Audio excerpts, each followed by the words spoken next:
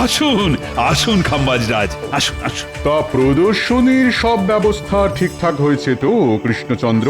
হ্যাঁ হ্যাঁ খাম্বাজ রাজ, সেসব নিয়ে কোনো চিন্তা করতে হবে না। গোপাল সবকিছু নিজের হাতে পরিপাটি করে ব্যবস্থা করেছে। তা সুরক্ষার ব্যবস্থা কেমন? হাজার হোক সোনার অস্ত্র বলে কথা। হ্যাঁ, না না খাম্বাজ মন্ত্রী, এই অস্ত্রগুলো সুরক্ষার জন্য ইতিমধ্যেই আমি প্রহরী নিয়োগ করেছি। বাহ বাহ বাহ, এই না বলে কৃষ্ণচন্দ্র, তোমার এই দায়িত্ববোধ দেখে আমি খুবই খুশি হলাম। আর তাছাড়া আমাদের গোপাল তো আছেই। হ্যাঁ মহারাজ, তাহলে এইবার ভেতরে আসা হোক। হ্যাঁ হ্যাঁ হ্যাঁ, চল চল। হ্যাঁ গোপাল, সব ব্যবস্থা ঠিকঠাক হয়েছে তো? সামলে নিও কিন্তু। হ্যাঁ হ্যাঁ মহারাজ, ওসব নিয়ে আপনাকে একদম চিন্তা করতে হবে না, আপনি নিশ্চিন্তে থাকুন। কি গোপাল, তা আগামীকাল যে প্রদর্শনী, আয়োজন কত দূর?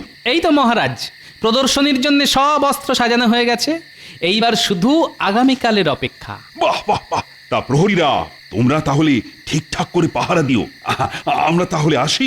আপনি কোনো চিন্তা করবেন না মহারাজ, আমরা এইখান থেকে একটা মাছিও গলতে দেব না। আপনারা নিশ্চিন্তে থাকুন।